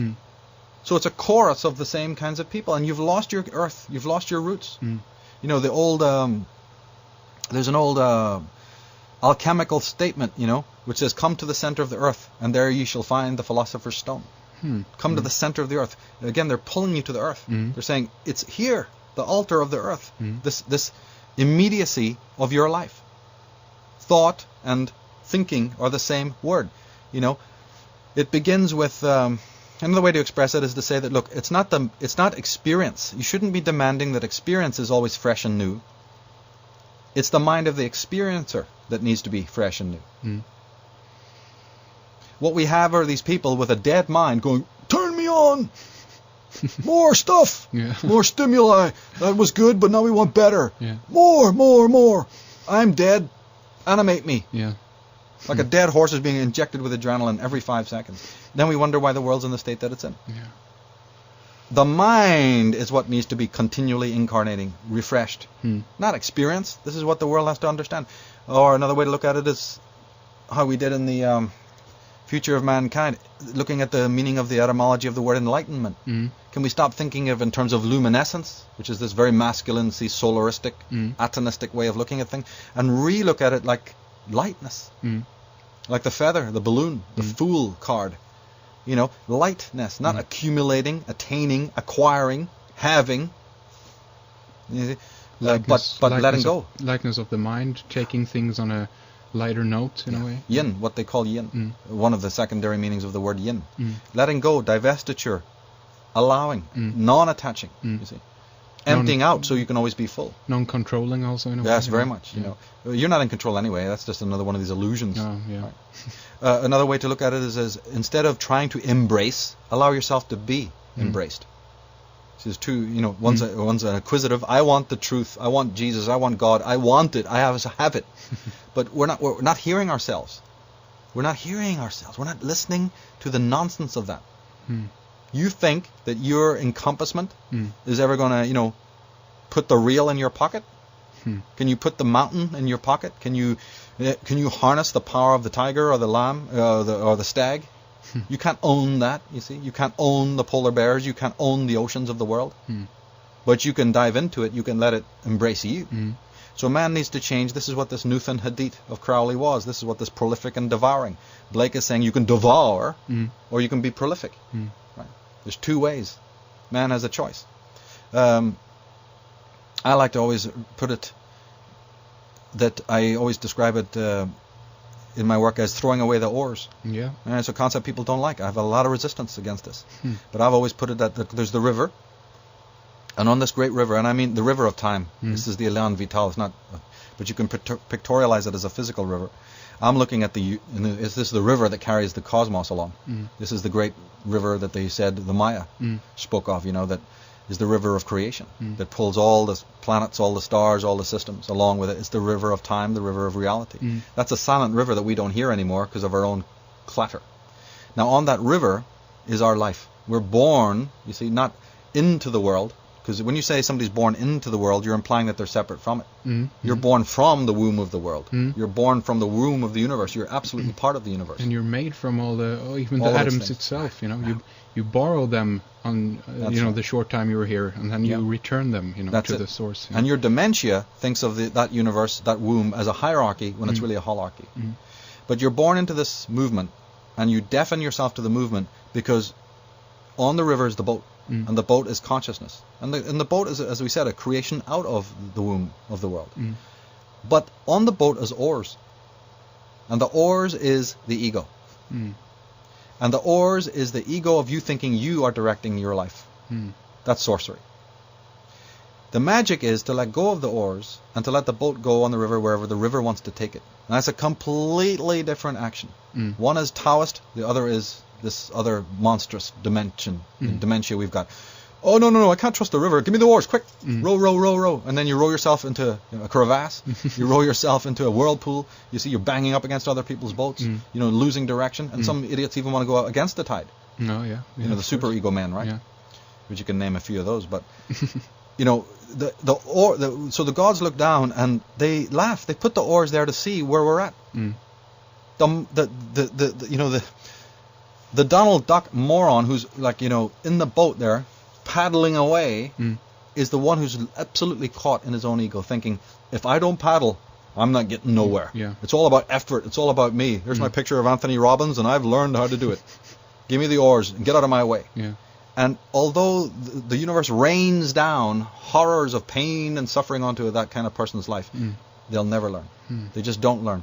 Because they get to like the sound of their oars and the adrenaline of feeling they're directing their own life. But the real art of life, which is the magic of life, which is the enlightenment, is to let go of the oars. And then slowly acculturate yourself to the sound of the river.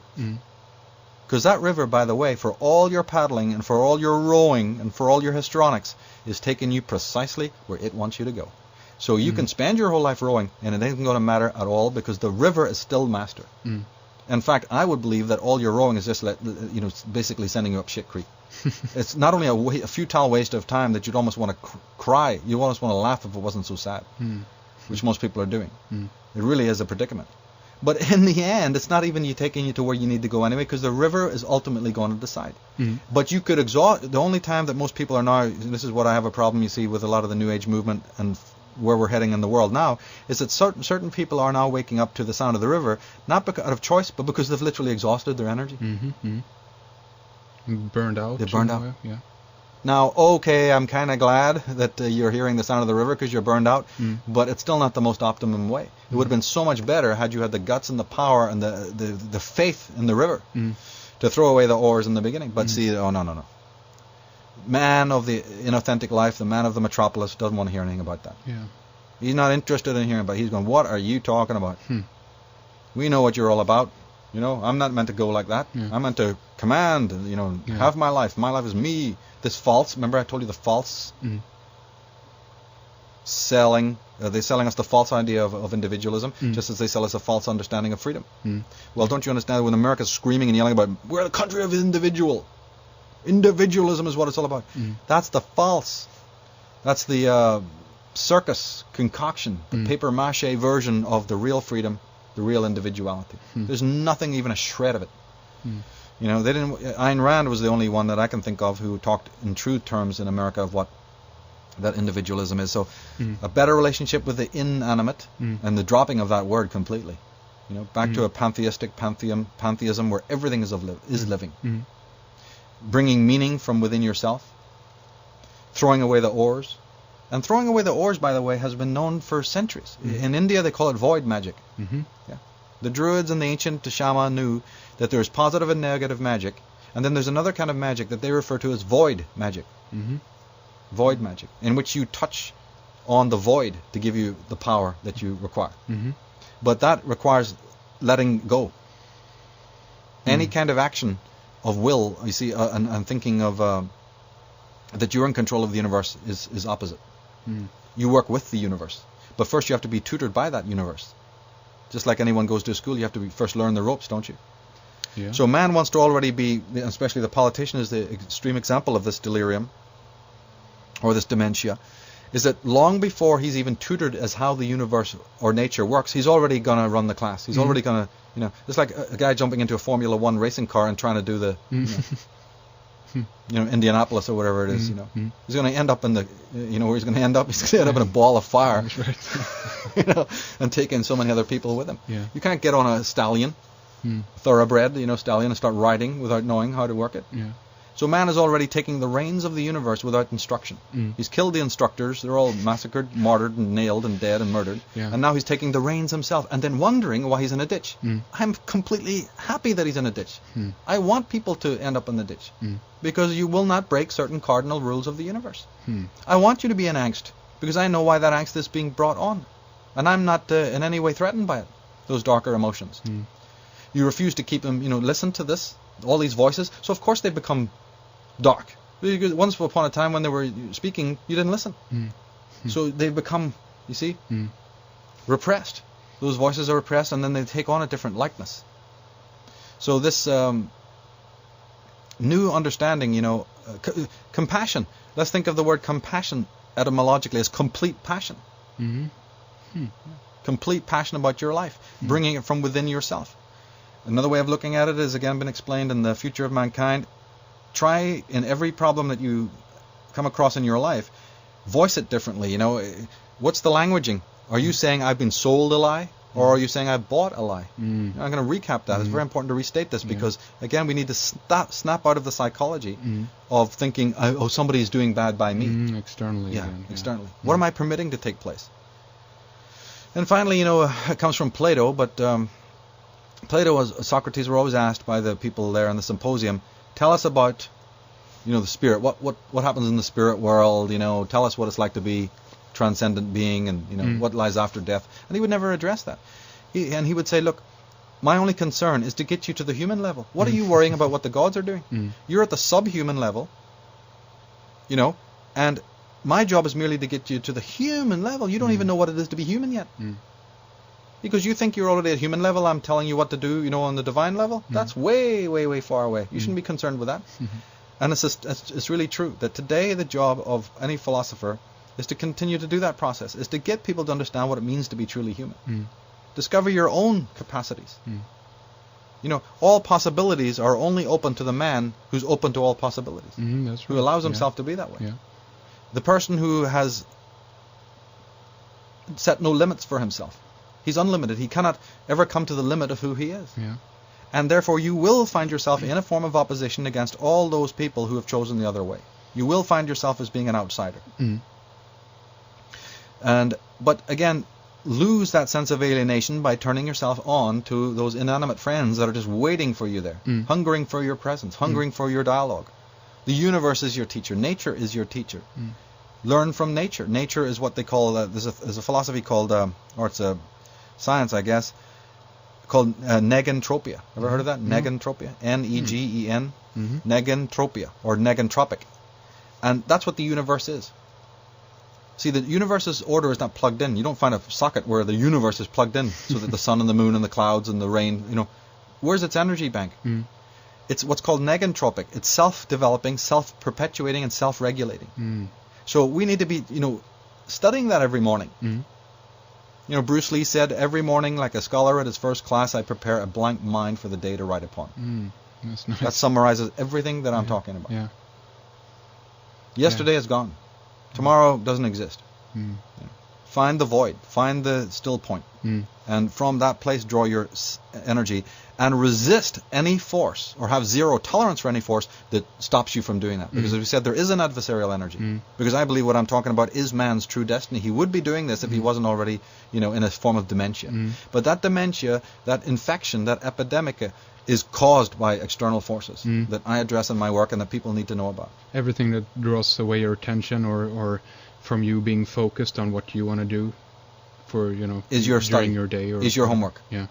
And I want to see people with their heads down Mm. and taking real notes on that one. That people I want to see total and utter, awareness of all these factors, and some of them are political, and some of them are environmental, and there's all sorts. There's all people that can come to the table at this. Mm, I don't yeah. rule out anything. Yeah. Yes, there are many forms. There's psychotropica, there's pharmacopoeia, there's mind control through the television, there's mercury. We're talking about a lot of different. We know. Hopefully, the listeners are aware of this is manifold. Because as we said, a web is not created with one thread. Yeah. A puppet is not dangled with one string. There's right. many goes on here, and become students of this, not pessimistically, but think of this as your enlightenment. Yeah. This is enlightening you. It's Yeah. lightening you above the rest of it, so that you can start to see what is going on, Yeah. to get that perspective. Not getting down by the No, no, information no. itself. This is an opportunity. First you have to.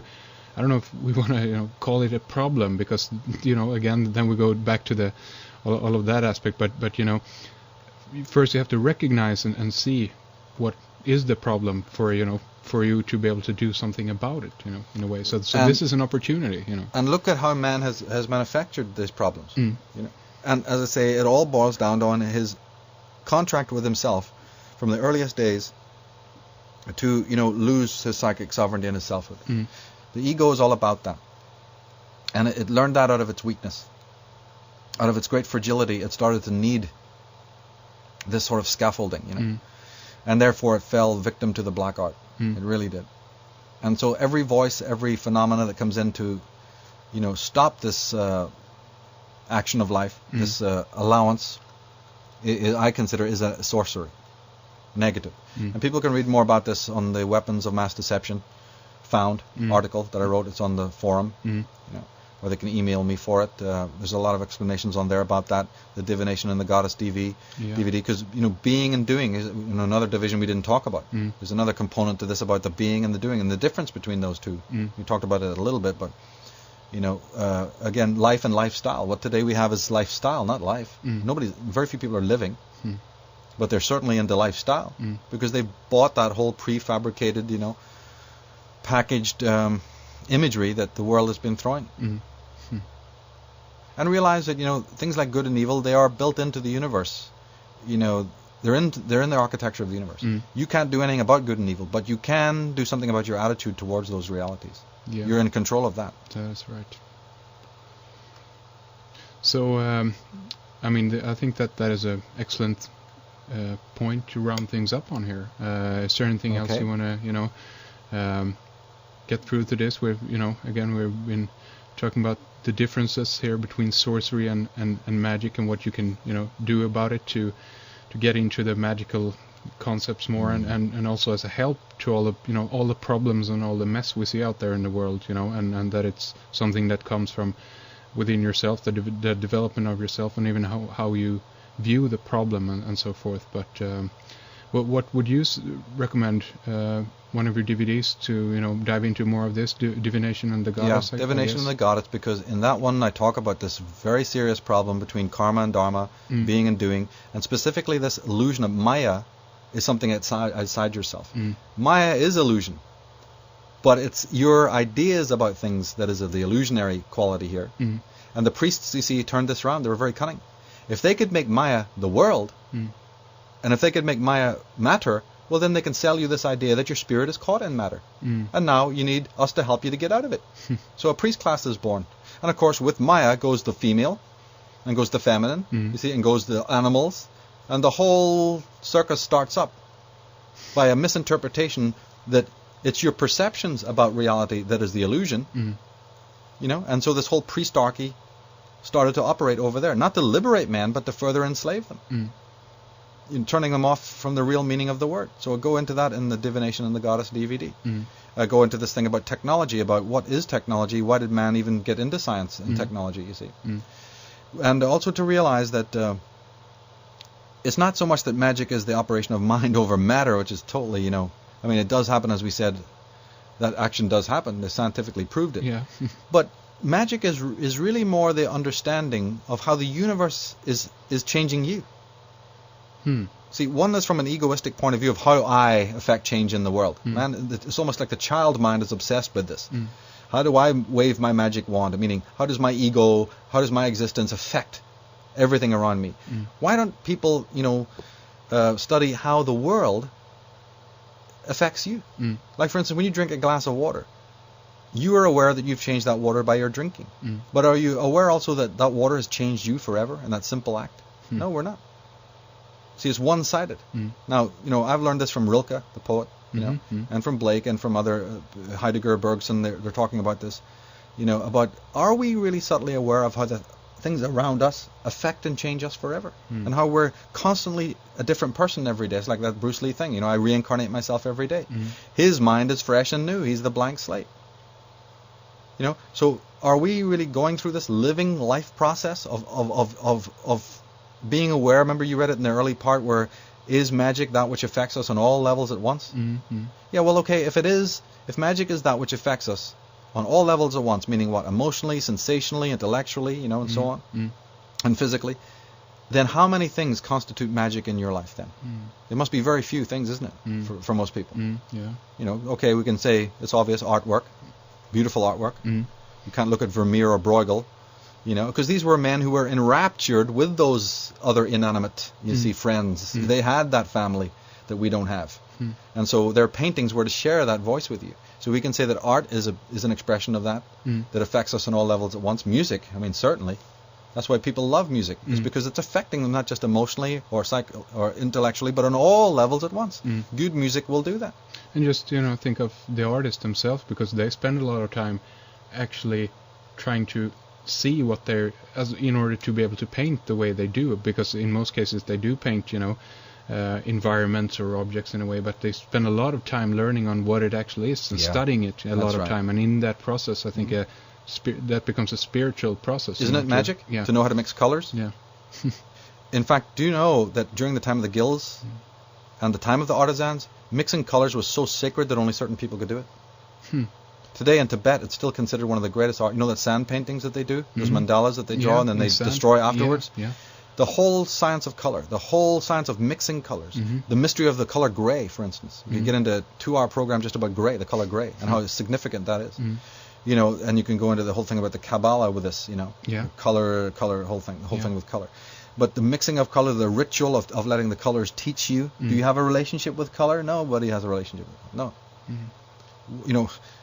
On and on and on. Once you start becoming awakened into the whole, what the inanimate world can teach you, architecture. For me, just looking at the architecture, the buildings, is an incredible enlightening experience.